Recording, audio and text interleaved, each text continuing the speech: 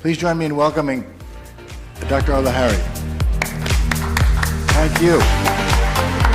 Nice to see you. Okay. All right. So, good afternoon, everyone. Really very delighted to be with you this evening to speak about what the UAE is doing in quantum computing. I am not a guy coming from quantum computing background. I've been doing electrical engineering, and then for the last 5-6 years, I'm focused more on AI, responsible AI, as part of my lecturing as a visiting lecturer with the University of Oxford, University of Cambridge. I did, though, my master's thesis 33 years ago about backpropagation algorithm, the algorithm behind deep learning now.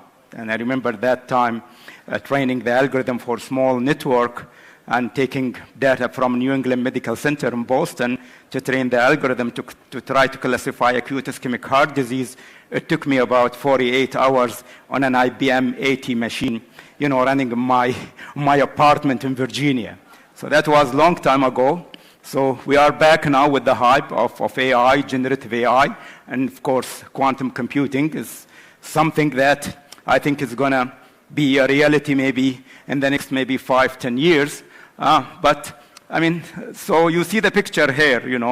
I played with a co-pilot to generate a photo for my presentation from Desert To Qubits. So we see here part of the desert of Abu Dhabi, and then we see quantum image, and then the building of Abu Dhabi. So, but does not really get quite well, quantum instead of a quantum.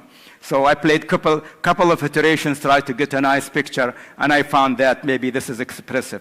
So I'm going to talk a little bit about, how is this field is really developing in the region, in the GCC and in the UAE, and how the UAE can be, a leader when it comes to quantum computing. There is definitely activity, as you hear from the colleagues here who spoke this morning and maybe this afternoon from TII and from other places in the UAE. But let's look into how is this field is developing in the region. So if you look into the numbers here, we see that the quantum computing may contribute around 21 trillion, to the global GDP across as per the economic report by 2030. This is an optimistic scenario. And if you look also into what's happening in Europe, they're spending around 1 billion euro into a quantum computing program to develop, in the R&D space. Forrester is saying that we are about maybe 5 years, maybe more, 10 years from, commercial quantum computing as we see this field still need to develop because there are some challenges, whether in the physics or in the engineering, and probably better than me what are some of those challenges that are facing now. So we are not yet into this fault-tolerant quantum computing. We are in the state of what we call it noisy intermediate scale quantum era, but as we try to develop the technology more, so maybe within the next 5 or 10 years, we will have a commercial products in quantum computing. Nevertheless, there are some use cases that's happening in this space.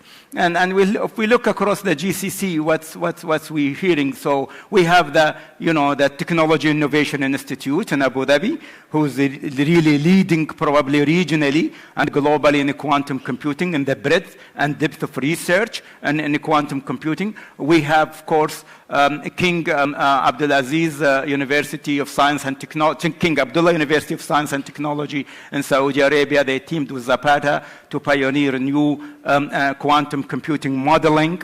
There is a center, of course, in Qatar Center for Quantum Computing as part of the College of Engineering. And of course, we have the Center for Quantum Computing in New York University, Abu Dhabi, is also engaged in quantum computing research. Of course, maybe there is, when it comes to oil and gas, I'm sure that Aramco has started, looking into quantum computing. Definitely, Abu Dhabi National Oil Companies as well is looking into this. And maybe if you hear, if you follow the media, Abu Dhabi has announced a couple of years back that wants to develop a quantum computer.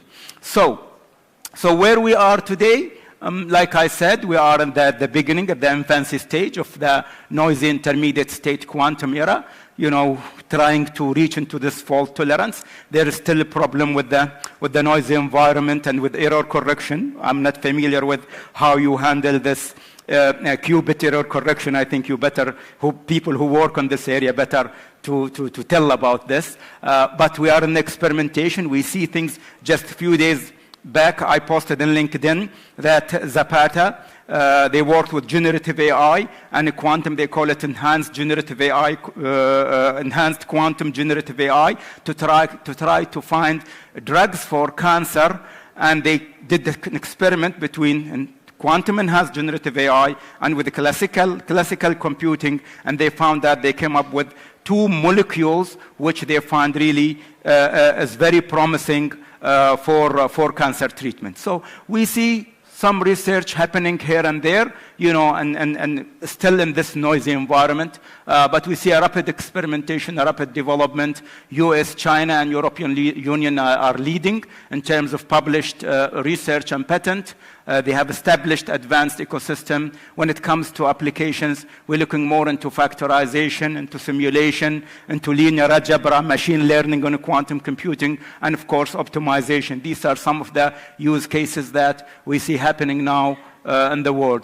There's a high potential, of course, in many areas, but there is significant technical challenge exists, which we need to solve for this. So this is just a slide that shows when we speak about quantum computing, it's not just only the computing, as you know, but there is so many around this quantum computing, quantum key distribution, talking about quantum software and clouds, post-quantum encryption, software and quantum sensors and atomic clocks, and then, of course, quantum materials. So the field is so huge, and, you can find people working in different areas and this. I happened to play with this just a few days back. Actually, I asked ChatGPT, and I told ChatGPT, okay, generate for me an encryption code in the format of Qiskit. Qiskit is an open source language, and ChatGPT generated a code for me, and I can take that code, put it in Qiskit, and write a code, and I have an encryption, a quantum encryption ready. This is without programming. I left programming a long time ago in my life. I don't do any more programming, maybe occasionally here and there when I feel I want. But imagine today the power of generative AI and large language models in terms of, anyone can, and what's going to happen if this fell in with adversaries, people who want, of course, to steal and who wants to run quantum encryption or to do decryption, So it's really very powerful into what we're seeing happening. Why national quantum initiatives are important for governments? For many reasons. Of course, achieving economic prosperity when it comes to, drive economic growth, creating breakthroughs and creating new markets and job opportunities, and also in terms of national security, how we can ensure that our confidential data, our communication is secure in the post-quantum era. So it really becomes a necessity for governments today to be ahead in this game and to make sure that they are, at the forefront when it comes to national security, protecting national interest and critical infrastructure, securing communication and cryptography. But also for scientific and technological leadership, as we see the spillover of a quantum, when you have the talent working on this, there is a spillover in many other industries which really encourage the economy and encourage, talent building and funding other areas where those talent can really engage, addressing grand challenges, of course, talent development, and of course, international cooperation. You need to cooperate on international level to really try to solve the grand challenges that we see today with the quantum computing. So what is the risk of falling behind for those who will not be able to catch up? Of course, national security risk, when it comes to vulnerability to quantum crypto analysis. The World Economic Forum, for the first time in their global risk register, have put, post-quantum cryptography as one of the risks, that is on their 2024 global risk report. And of course, probably you heard from the previous panel about store now, decrypt later attacks that, people can maybe steal your data, wait for the time when they can decrypt it, and they can decrypt the data and gain advantage, and then maybe, try to, of course, do something with it. Risk of economic and technological competitiveness. There are missed economic opportunities. If you are not into this, you are missing, many of those opportunities. And of course, increasing talent gap and widening global inequalities. So, countries or governments, they really need to have a policy, to have a strategy, for quantum computing. As, many countries have, of course, announced AI strategies for 2030 and whatsoever. I think every government or every country need to have a strategy for quantum computing. These are the use cases, about energy, healthcare, finance, material science, transportation. Definitely, this field is going to contribute a lot to the applications in those areas. When we look into the ecosystem, I think it's important for policymakers and government to look at the entire ecosystem of quantum computing, from the government when it comes to policy and when it comes to strategy, for the academics, universities, when it comes to R&D and research, for the research centers, to try to really to be on top of this field and producing patents and innovations, and of course the startups, that we need to bring startups, to be part of this ecosystem, which can really facilitate this, collaboration between the different stakeholders. And of course, the technology infrastructure, building the infrastructure, and as well the funding. These are the necessary components that we need really to look at when we try to build this ecosystem. The more we focus on this ecosystem, building these components, I think the better we have at the end an ecosystem for quantum computing. We ask, do we need really quantum computing in high schools? I mean, this is coming now to high school students. These projects, when the students are engaged from high school or university, first level of the university, it opens new opportunities for students to specialize maybe in one of those areas, and also opens doors for them in the future. They address a major talent shortage in the industry. So high school students, of course, can learn principles such as entanglement, superposition, and work with, basic quantum devices that they can learn from this. And we see here an initiative from the National Science Foundation and the White House of Science and Technology Policy, bringing this National Q12 Education Partnership, where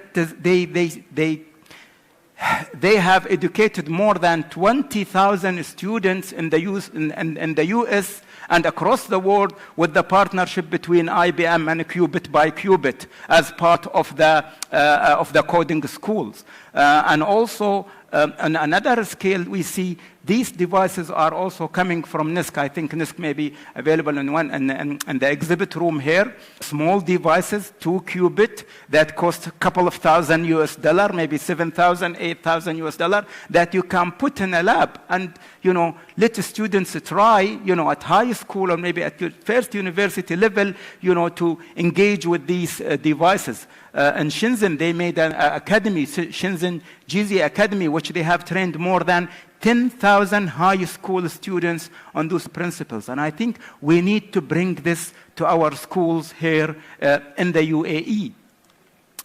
When you look into what's happening in the UAE, of course, when it comes to education, the universities, our major universities, whether it's UAE University, Khalifa University, and the American University in Sharjah, Abu Dhabi University, they have a quantum lab to foster quantum education, as they have announced last year. University of Sharjah, New York University of Abu Dhabi, they all have some kind of research, a little bit on quantum mechanics, but not degrees so far. There is no degree in quantum sciences or quantum computing. New York universities want to start some degrees. New York University in Abu Dhabi wants to start some degrees. So yes, we can see, quantum mechanics courses and quantum physics, in our universities. But I think we need to start building labs, for students that they can try those technologies. What's happening again in the center and the research center?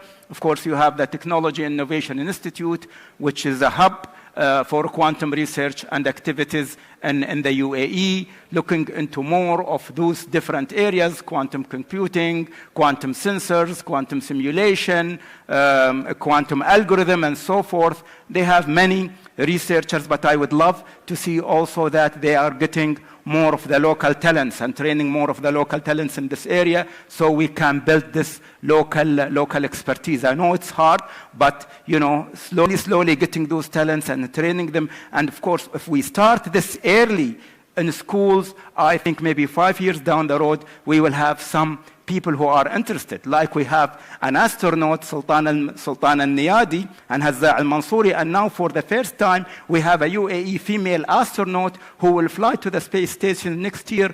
I think for talents, it's not a big deal. It's not a problem. It's about how to inspire those youth and educate them and open them opportunities and show them where the future lies, so we can have those talents coming and working in this area. New York University, Abu Dhabi, like I said, they are running a quantum hackathon now for the second year. They started in 2022. They have the second version in 2023. What I really liked also, and maybe DEWA, Dubai Water and Electricity Department, for the first time in 2018, 2019, they started training and creating awareness for their staff in quantum computing. And I would love this initiative to continue, not just only with DEWA, but with all the government organizations. If those people in the government start to understand, I know it's a bit difficult when you look and try to understand the scientific things about quantum mechanics, quantum physics, but to simplify it in a way. Now, if I ask ChatGPT, explain this to a 10-year-old child, will be able to simplify the concept and explain it to a 10-year-old child. But bringing this awareness among the government, I think it's one of the priority areas. We need quantum literacy, as the World Economics Forum saying that we need AI literacy to be able to build a better AI in the future. We need quantum literacy among the population so we can build a better quantum future. And I love this picture. You see His Highness Sheikh Mohammed bin Rashid, our Vice President, Prime Minister of the UAE, the ruler of Dubai, shaking hand with one of our Emiratis, best talent in the world, Ahmed Al-Dhaheri, a UAE physicist who works in black holes. So that shows that if we really take care of the talents, we can build many like Ahmed Al-Dhaheri, especially in the quantum computing era. So at the end, this is what I think we really need to focus when it comes to policy making and where the government really can enact some policies. Rising awareness about quantum technology among policymakers. Definitely it helps that policymakers at least understand the importance of having a quantum computing strategy and in terms of having a quantum computing infrastructure, because this is of a strategic priority to the country. Then, of course, need to develop and launch a national quantum strategy for the country to focus on development of national quantum computing infrastructure, the talent, the ecosystem which I talked about, build quantum skills in the country through education, executive education like we have now, a good executive education program in AI in the federal level and local level, and with Mohammed bin Zayed University of AI, we need a similar program for executives, on quantum computing and research, and bring this to high schools. We definitely, if we can afford to buy those devices at such a small amount of couple of $1,000s and put them in a lab, but also we need not just only the student, but also we need to train the teachers to be able to explain those concepts to the students so they can play with.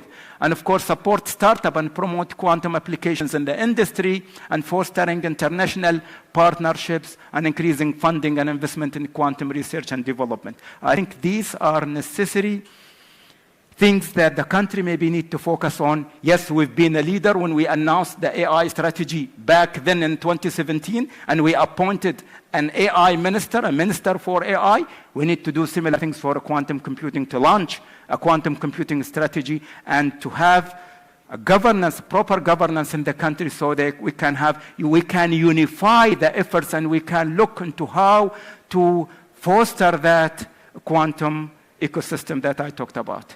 Thank you for listening, and I hope that maybe this is something you can take forward with. Thank you so much. Inspiring. Oh, yes, delighted to have you here. Sharing that perspective of what's going on.